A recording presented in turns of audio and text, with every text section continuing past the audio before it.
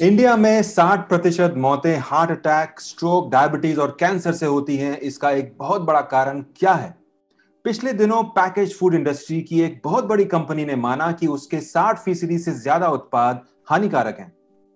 Euro monitor के मुताबिक भारत खाने पीने की तैयार पैकेट बंद चीजें यानी पैकेज फूड्स के इस्तेमाल में सिर्फ अमेरिका और चीन से ही पीछे है। इसका मतलब हमारे प्यारे दिल पर वार हो रहा है, जो आपके जीवन के लिए खतरे की घंटी है। हेलो, नमस्ते और बहुत बहुत स्वागत आपका आईजीपीपी हेल्दी टॉक में। मैं हूं गौरव करीर और आज वर्ल्ड हार्ट डे के उपलक्ष्य में बात होगी दिल की, दिल से, क्योंकि दिल सेहतमंद रहेगा, धड़कता रहेगा, लाइफ में आप खुश रहेंगे और आपके चाहने वाले खुश रहेंगे। शुरू में कुछ शॉकिंग फैक्ट्स मैंने आपको इसलिए बताया क्योंकि इन्हें समझ लेना बहुत जरूरी हो गया है। इसके लिए हमारे खास मेहमान भी जुड़ गए हैं। आगे बढ़ने से पहले आपको याद दिला दूं कि आप अपने सवाल भी पूछें, अपनी राय भी रखें। अगर आप ये सोशल मीडिया के माध्यम से या इस जूम मीटिंग में शरीक हैं, अपने सवाल कमेंट बॉक्स में प्लीज लिखें और ईमेल पे जो हमें सवाल मिले हैं हम उन्हें भी फीचर करेंगे। तो अब वेलकम करते हैं आईजीपीपी हेल्दी टॉक के guest speaker doctor Rohit Goyal का। डॉक्टर गोयल फोर्टिस हॉस्पिटल गुरुग्राम में लीडिंग कार्डियोलॉजिस्ट और कंसल्टेंट हैं। दिल्ली के प्रेस्टिजियस एमएएमसी और चंडीगढ़ के पीजीआई, जाने माने पीजीआई इंस्टीट्यूट से इन्होंने एक्सपर्टीज हासिल करी है। पढ़ाई में gold medalist, complex cardiac surgeries में महारत और इंटरनेशनल कार्डियोलॉजी इंस्टीट्यूट के मेंबर और पब्लिकेशंस में रिसर्च पेपर्स भी इनके नाम हैं। IGPP Healthy Talk is proud to have him as our guest speaker. Doctor Rohit Goyal, आपका स्वागत है। Thank you so much Gaurav for the kind introduction. And ये आपने बहुत अच्छा टॉपिक आज के दिन लिया है, सेलेक्ट किया है, जो कि इस टाइम पे बहुत ही महत्वपूर्ण है और वर्ल्ड हार्ट डे पे हमको लोगों को जागरूक करने की बहुत जरूरत है। तो शुरू करते हैं हम अपने सवाल जवाब का सिलसिला। And yes, I am happy to answer anything, any related to heart, diet, exercise, just we can go ahead. जी डॉक्टर साहब, डॉक्टर गोयल ये बताइए कि आज वर्ल्ड हार्ट डे है, इसका सिग्निफिकेंस क्या है और दिल की बीमारी इंडिया में बहुत बढ़ गई है, इसके बारे में जरा बताइए। तो हम 29 सितंबर को वर्ल्ड हार्ट डे सेलिब्रेट करते हैं। ये दिन इसलिए रखा गया है क्योंकि आज के टाइम पे बीमारियां, जो दिल से जुड़ी बीमारियां हैं, वो सबसे ज्यादा कारण मौत का बनती हैं भारत देश में और ऑल ओवर वर्ल्ड में। तो इनको कहते हैं नॉन कम्युनिकेबल डिजीजेज, जिसमें हार्ट की प्रॉब्लम, डायबिटीज, हाइपरटेंशन, ओबेसिटी आती है। तो अब ये सब क्यों इंपॉर्टेंट है? क्योंकि देखा गया है स्टडी के अनुसार कि 60-70% जो डेथ होती है वो हार्ट, स्ट्रोक और किडनी फेलियर से होती है। और इन सब का मुख्य कारण है diabetes, hypertension, smoking, physical inactivity, sedentary lifestyle और पैकेज फूड का खाना। तो जिस हिसाब से इनकी मात्रा बढ़ती जा रही है देश में और विदेश में, भारत बाहर, सबकी दिल की बीमारियां बढ़ती जा रही हैं। आपने अभी देखा होगा रिसेंटली कई यंग लोगों में दिल की बीमारियां बढ़ती जा रही हैं। तो मोस्ट कॉमन कारण जो होता है वो यही होता है, ओबिसिटी, मोटापा होना, पैकेज फूड का खाना, एक्सरसाइज नहीं करना, तो सेडेंटरी लाइफस्टाइल। तो इसलिए लोगों को इसके बारे में जागरूक होना चाहिए। इसलिए ये दिन, आज के दिन मनाया जाता है, ताकि लोगों को हम थोड़ी एजुकेशन और हेल्थ अवेयरनेस दे सकें। बिल्कुल डॉक्टर साहब, लेकिन चिंता का विषय ये है कि बहुत यंग लोगों में भी हार्ट प्रॉब्लम आने लगी है। इसका क्या फूड रिलेटेड भी कॉन्सिक्वेंसेस हैं इसके वजह से? बिल्कुल बिल्कुल ठीक बात है। एक स्टडी के अनुसार देखा गया है कि भारत देश में 50% से ज्यादा heart attack less than 50 years होते हैं, जो कि वेस्टर्न कंट्रीज में मोर देन 60 ईयर्स में देखा गया है। और 50% है, 25% लेस देन 40 ईयर्स में होते हैं, जो कि मोस्ट प्रोडक्टिव एज ग्रुप है। और इस एज ग्रुप में बाहर की कंट्रीज में नहीं देखा गया है। तो सबसे बड़ा जो कारण देखा है हमने स्टडीज में वो है smoking, second stress, third obesity and fourth is physical inactivity. जिस हिसाब से लोग, जो न्यूक्लियर फैमिलीज हैं, कॉर्पोरेट इंडस्ट्रीज हैं, एमएनसी कल्चर है, लोग घर में कुकिंग कम करते हैं और बाहर ज्यादा खाते हैं, क्योंकि वो इंस्टेंटेनियस है, उसमें मेहनत नहीं पड़ती है और इजीली अवेलेबल है और अफोर्डेबल है। तो लोगों को ये आइडिया नहीं रहता कि जो हम बाहर का खाना खा रहे हैं वो हाई होता है सॉल्ट में, शुगर में, कैलोरीज में, रिफाइंड कार्बोहाइड्रेट्स में और सैचुरेटेड फैट्स में। और जो जो हमारा जो भारत का जो हमारा फेवरेट है समोसा पकोड़ा, उन सब में ट्रांस फैट्स ही बहुत होता है। तो ना चाहते हुए भी हम ये सब अनहेल्दी चीजें अपने शरीर में इकट्ठी करते जा रहे हैं, जिसका रिजल्ट है इंक्रीज इंसिडेंस ऑफ मोटापा, obesity, diabetes, hypertension and heart problem. So खाना जो हम एक बेसिक चीज है, इसका बहुत बड़ा कंट्रीब्यूशन है आज के टाइम पर हार्ट की प्रॉब्लम्स को लेकर, ओबेसिटी को लेकर और शुगर को लेकर। तो इसके बारे में लोगों को बहुत जागरूकता की बहुत जरूरत है। जी, इसमें ना एक कैटेगरी है HFSS फूड्स, मतलब कि वो ऐसे फूड पदार्थ जो कि ऑयल, शुगर एंड सॉल्ट में हाई उसमें मात्रा में मौजूद है। तो हो ये रहा है कि हम लोग घर पे बैठे हैं, बच्चे घर पे बैठे हैं और सब चीजें ऑन द क्लिक ऑर्डर हो जाती हैं। ये जी, बहुत बड़ा एक काइंड ऑफ पेंडेमिक ही है, इस तरह के पैकेज बिल्कुल फूड। ठीक बात है आपकी कि आप यकीन नहीं करेंगे कि भारत देश डायबिटीज कैपिटल बनने वाला है वर्ल्ड का। और ये देखा गया है कि इंडिया इंडिया में अराउंड 137 मिलियन पीपल ओबीस हैं, बच्चे से लेकर बड़े तक। तो ये बचपन से ही आदत जो है पड़ जाती है, बाहर का खाना खाना, फास्ट फूड का खाना, कोल्ड ड्रिंक्स का सेवन करना।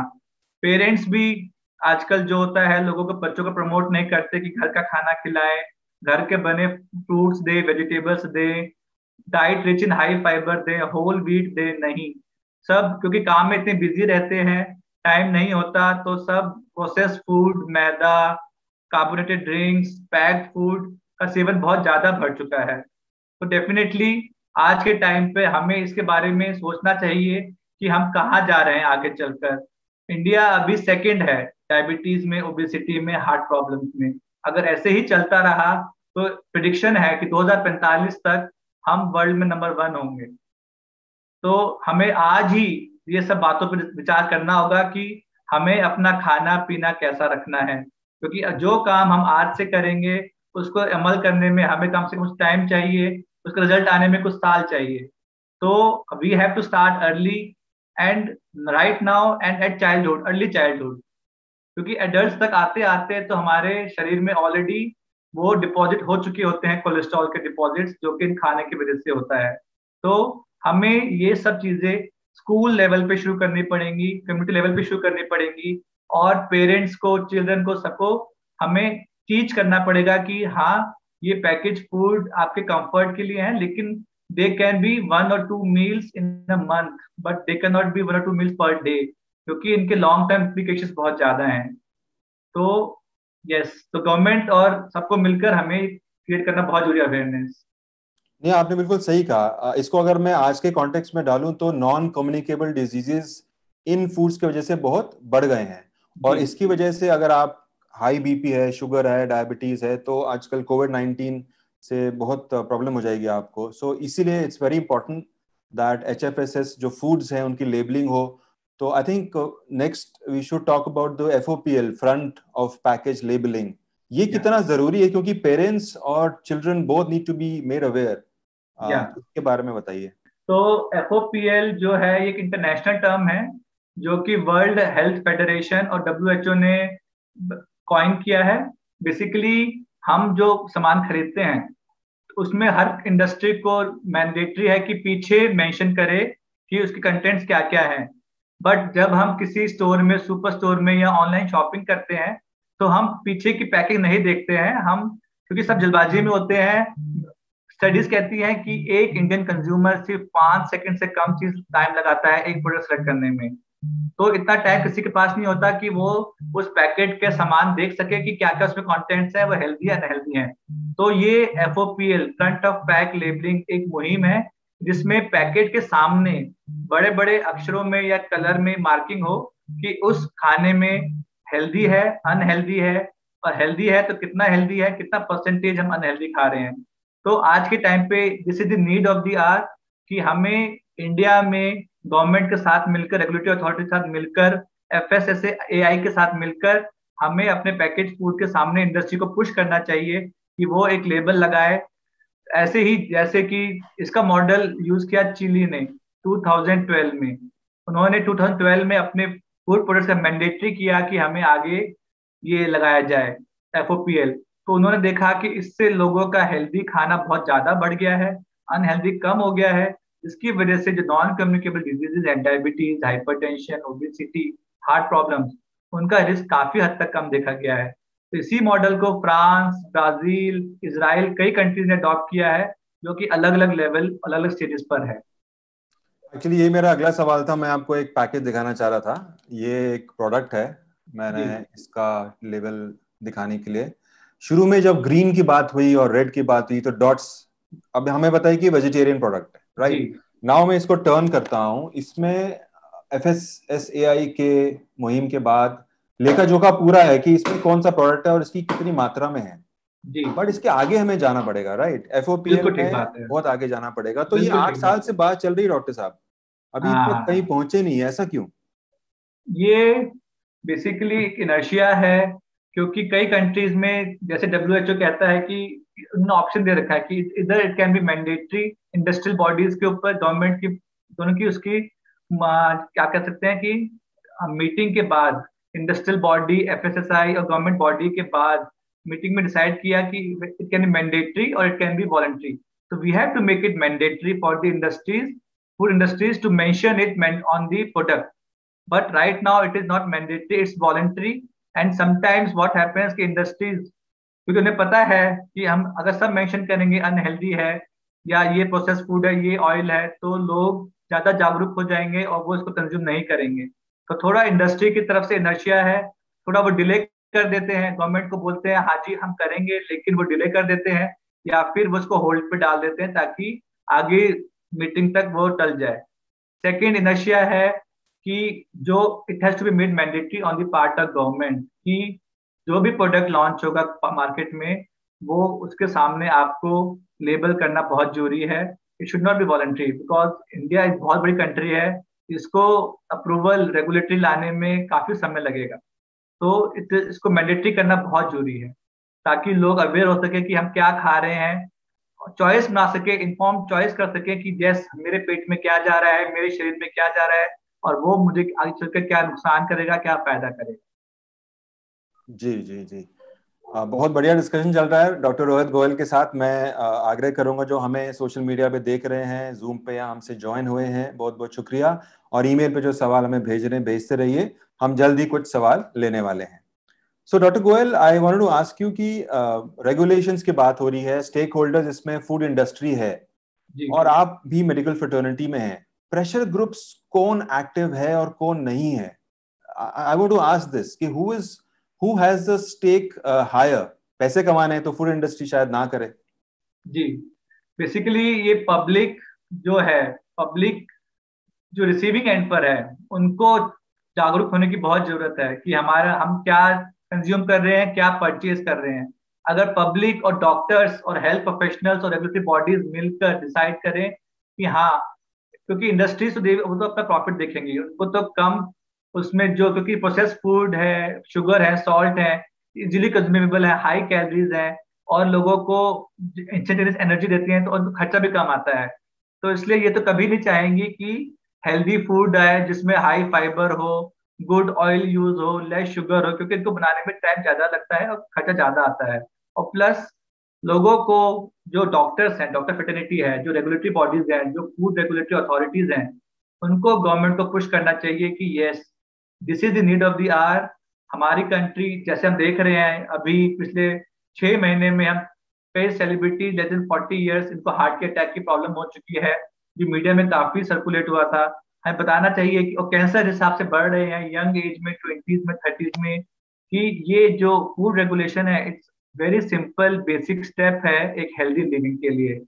तो both food regulatory authorities, doctor, जो न्यूट्रिशनिस्ट, जो कि देख रहे हैं, समझ रहे हैं, उनको गवर्नमेंट को पुश करना पड़ेगा कि इन इंडस्ट्रियल बॉडीज को आप मैंडेटरी करो मेंशन करने के लिए, FOPL के लिए, सो दैट जो कंज्यूमर्स हैं वो एक इन्फॉर्म चॉइस बना सकें खाने को लेकर अपने, और हम इस कैंसर को, डायबिटीज को, ओबेसिटी को एक स्टार्टिंग लेवल पे, स्कूल लेवल पे हम ट्रीट कर सकें और लोगों को एजुकेट कर सकें। ओके डॉक्टर साहब, let's bring the conversation to more basic level. I was reading somewhere कि HFSS जो है होता है high in fat, salt and sugar.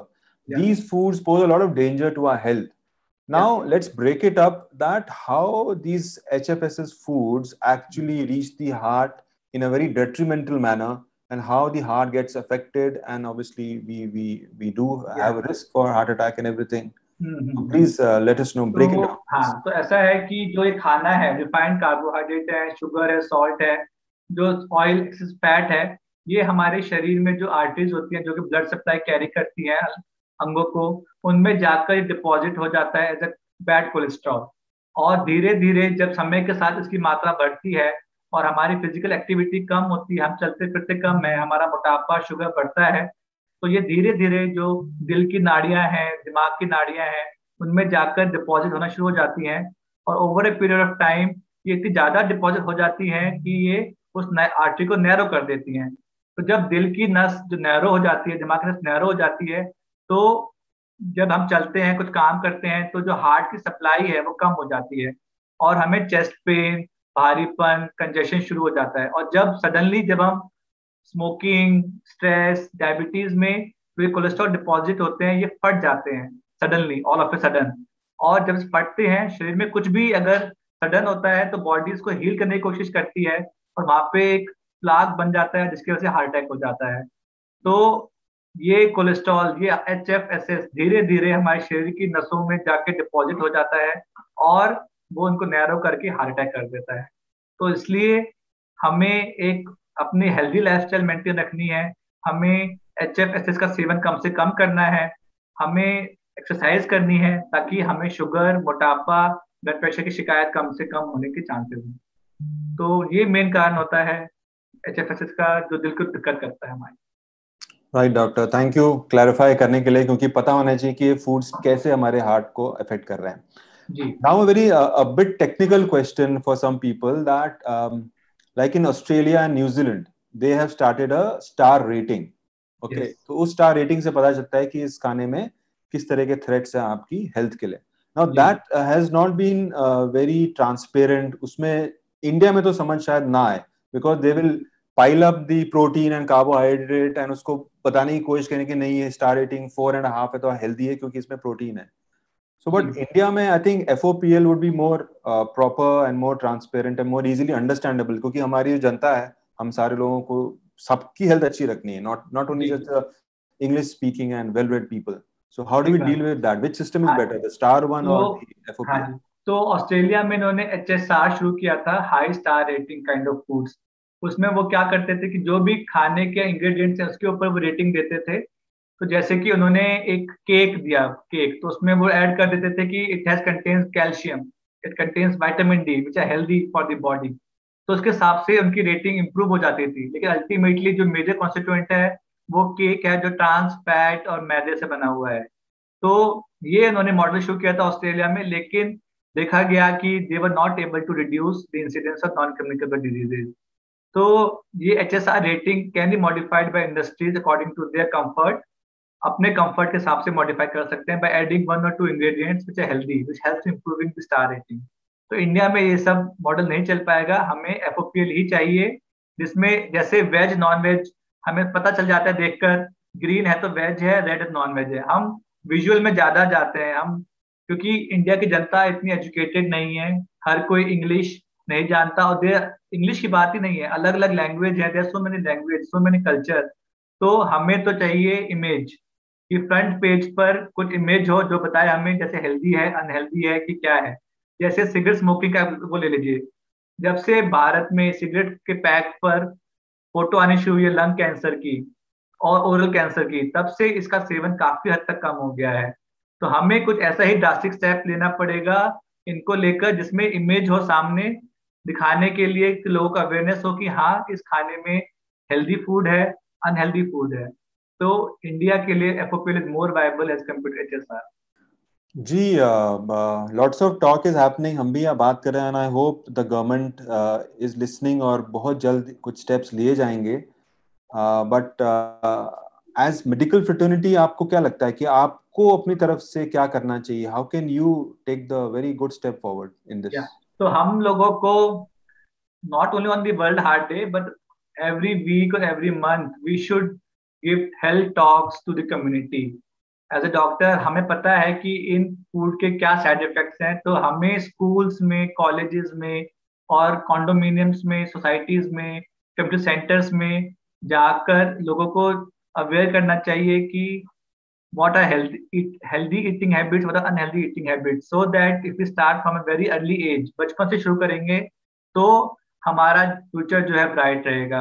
और लोगों बच्चों को प्रमोट करना चाहिए फिजिकल एक्टिविटी के लिए। और आज का हर कोई कंप्यूटर में, मोबाइल में बिजी है, कोई बाहर नहीं खेलना चाहता, सबको घर फास्ट फूड चाहिए, ड्रिंक्स चाहिए। तो हमें इन सब के साइड इफेक्ट के बारे में शुरू से ही क्लासेस, इनफैक्ट हमको तो लगता है स्कूल में एक चैप्टर होना चाहिए subject regarding diet, nutrition. What is healthy diet, what is unhealthy diet, what are the foods containing healthy products and unhealthy products. क्योंकि ये हम बस स्कूल लेवल पे शुरू करेंगे तब जाकर हम हेल्दी एडल्ट अचीव कर पाएंगे, तब जाकर हम हेल्दी लाइफस्टाइल और जो एनसीडी का इंसिडेंस है, डायबिटीज का, हाइपरटेंशन का, वो कम कर पाएंगे। तो एज अ डॉक्टर हमारी रिस्पॉन्सिबिलिटी बनती है कि हम school level, community level, college level, जो भी हमारे जहाँ जहाँ जा सकते हैं, to teach the young people about healthy eating practices, we should do that. जी डॉक्टर साहब, this is very important and we should keep these things in mind. थोड़ा मुश्किल होता है अपने आप को समझाना, आपको भी कुछ चीजें पसंद होती होंगी, आई एम श्योर कभी कभी खाते होंगे, बट या थिंग्स इन मॉडरेशन और ट्रांसपेरेंसी के साथ। I think let's open the forum for questions. Consumer viewpoint बहुत जरूरी है, और through this meeting we have an email question also from Nidhi. Nidhi, आप हमारे साथ हैं, आप सवाल पूछ सकते हैं। सर, मेरा आपसे एक सवाल है जो आज के टाइम पर बहुत लेडीज का ये क्वेश्चन है कि जैसे हमारे बच्चे chips, cold drink, packed items की तरफ बहुत ज्यादा मतलब रहते हैं कि मतलब उनको ये सब चीजें कंज्यूम करना अच्छा लगता है। तो इन सब चीजों का क्या आगे चलकर इम्पैक्ट पड़ेगा हमारे बच्चों के ऊपर? मतलब स्टार्टिंग तो अभी से हो ही रही है, हम चाहते हैं कि बच्चे इन सब चीजों से दूर रहे लेकिन रह नहीं पाते हैं। तो हाँ निधि, ये बहुत अच्छा सवाल है आपका। उन बच्चों को सबको फिजिकल एक्टिविटी में इन्वॉल्व करिए। कोई भी गेम जिनको पसंद हो, फुटबॉल हो, क्रिकेट हो, बास्केटबॉल हो, रनिंग हो, स्विमिंग हो, उसमें इन्वॉल्व रखिए। और कम से कम जंक फूड का उनको एक्सपोज कराइए। अगर किसी बर्थडे पार्टी में जाते हैं तो इंश्योर करिए कि जो आपकी टीम है, जो आपके फ्रेंड सर्कल है, सब के सब हेल्दी खाना रखें, फ्रूट्स रखें, घर का बना हुआ खाना रखें, और कम से कम बाहर का खाना रखें। कोल्ड ड्रिंक की जगह हम जूस रख सकते हैं, नींबू पानी रख सकते हैं। जो कि हम पहले जमाने में हमारे घरों में जो भी मेहमान आते थे, सबको नींबू पानी यही ऑफर किया जाता था या जूस ऑफर किया जाता था। लेकिन जब से कोल्ड ड्रिंक और पैक्ड फ्रूट जूस आए हैं, तब से हमारा काम हल्का हो गया। लेकिन थोड़ी सी मेहनत करेंगे आप बच्चों के साथ, तो आप देखेंगे कि जो लॉन्ग टर्म रिजल्ट्स हैं, आपके बच्चे हेल्दी एडल्ट्स बनेंगे और उनमें जो बीमारियां हैं, जो मोटापा है, वो कम होगा। थोड़ी सी मेहनत की देर है आपको, पेरेंट्स को अपनी तरफ से करने के लिए, लेकिन इसके लॉन्ग टर्म रिजल्ट बहुत अच्छे आएंगे। Thank you doctor Goyal for this answer. मुझे भी काफी गाइडेंस मिली इससे, and I am sure other parents also. We have another question. Srinath है हमारे साथ। श्रीनाथ, आप प्लीज अपना सवाल पूछें। Hello sir. Hello. Good afternoon. हाँ जी। जी सर, हमारी बात हो रही थी प्रेशर ग्रुप्स के ऊपर। तो अपार्ट फ्रॉम प्रेशर ग्रुप्स, क्योंकि ऑब्वियसली ये जो हमारी एच एफ डबल एस वाली बात है, so what role the government institution और the regulatory body can play to about the risk of about the risk that the people are facing, specially on the use of this कि more oil products and वो जी। सब। तो सिद्धार्थ जी, ऐसा है कि ये HFSS, जो कि हम अब भली भांति जानते हैं कि लीडिंग कारण है नॉन कम्युनिकेबल डिजीज, डायबिटीज का, हाइपरटेंशन का, ओबेसिटी का। तो ये हाई टाइम है कि गवर्नमेंट अपने FSSAI, फूड रेगुलेटर और बॉडीज, न्यूट्रिशनिस्ट के साथ मिलकर डिसाइड करे कि हाँ ये हाई टाइम है, क्योंकि आगे ये केस बढ़ेगा, ये कम नहीं होगा। तो हमें आज ही इसके बारे में सोचना होगा और स्ट्रिक्ट स्टेप्स लेने चाहिए, ताकि हम अपने बच्चों को एक फ्यूचर हेल्दी जीवन दे सकें। तो this should be taken on part of government and जो फूड रेगुलेटरी बॉडीज हैं, in association with nutritionist, doctors and whoever is concerned regarding this field। Industry bodies को स्ट्रिक्ट रेगुलेशन देने पड़ेंगे, उनको मैंडेटरी करना पड़ेगा कि आप अपने पैकेट फूड में जो जो आप बेच रहे हो कंज्यूमर को, उसमें क्या आप दे रहे हैं, इसमें क्या हेल्दी है क्या अनहेल्दी है। तो yes, regulatory bodies, they have to play a very important role, because without their regulation, this is not going to improve, not going to settle, and we're going towards an unhealthy future. तो यही है कि हम सबको, सरकार को बोलना चाहिए कि इसके बारे में जल्द से जल्द पहल करें। Thank you doctor Goyal. आज वर्ल्ड हार्ट डे है, तो कुछ टॉप 5 टिप्स तो बताइए हार्ट हेल्थ के हाँ लिए। जी, तो ऐसी मेरी 5 5 चीजें जो टिप्स हम आज स्ट्रेट के अवे कर जमाने में सकते लोगों को है। First, stop smoking. Whatever is your age, stop smoking. Smoking is the most common cause of heart problem. Okay. Second is, if you are diabetic, hypertensive, obese, control your diabetes, hypertension, obese. Go for. Third is walk. Simple morning walk or evening walk, 30 to 45 minutes per day, 5 times a week is good enough for you to maintain healthy. Fifth, stop eating outside. Eat home cooked food as much as you can. If you like eating outside, once 2 weeks or once in a month is okay, and that too in moderate quantity. Fifth, consult your, if you're a heart patient or diabetes or hypertension, keep under your doctor, under your supervision of a doctor, and keep regular visits. So if you follow these 5 steps, then I assure you, you'll be a healthy heart and healthy baby. बहुत बढ़िया doctor साहब, ये tips बहुत काम आएंगे हमारे listeners के लिए। And I hope today on world heart day we will strive for a healthy heart, ताकि हम खुश रहें और हमारे चाहने वाले भी खुश रहें।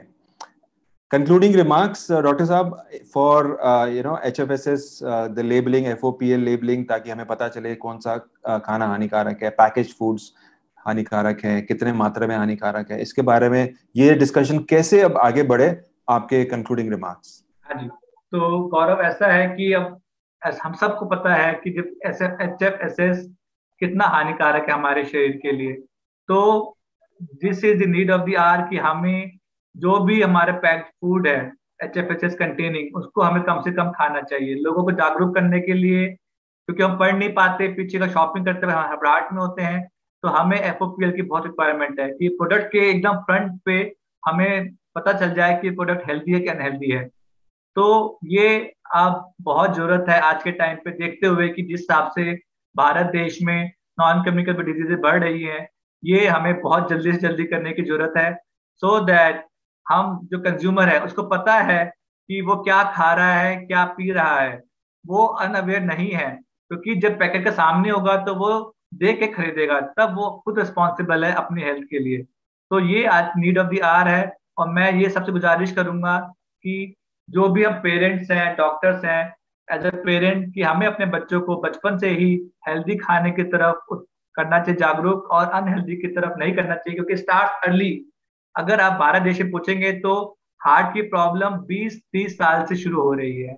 हम हर रोज देखते हैं कि 20 साल की उम्र, 30 साल की उम्र, जो कि खेलने कूदने की, पढ़ने की, आगे बढ़ने की उम्र होती है, उसमें लोगों के हार्ट खराब हो रहे हैं, जो कि आगे चलकर बड़ा मुश्किल हो जाता है कि हम 20 साल के लड़के को 5 दवाई दे देते हैं खाने के लिए कि तुम्हें जिंदगी भर खानी है।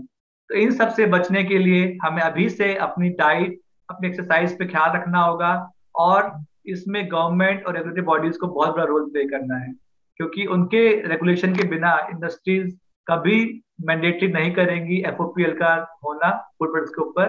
तो मैं यही चाहूंगा आपके माध्यम से कि regulatory bodies, they should implement it as early as possible.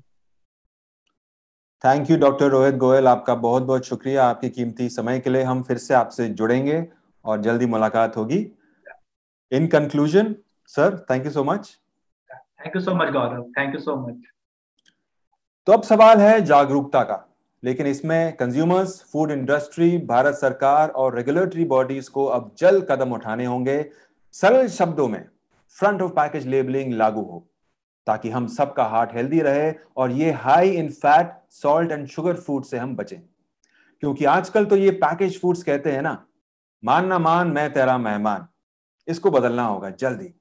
आप सबका सुनने के लिए, देखने के लिए बहुत बहुत शुक्रिया। वर्ल्ड हार्ट डे पर आप अपने दिल से गहरी दोस्ती बनाए रखें और स्वस्थ रहें। IGPP हेल्दी टॉक में आज इतना ही। जल्द मुलाकात होगी एक और टॉपिक पर। तब तक के लिए थैंक यू सो मच। अपना बहुत ख्याल रखिएगा। Thank you.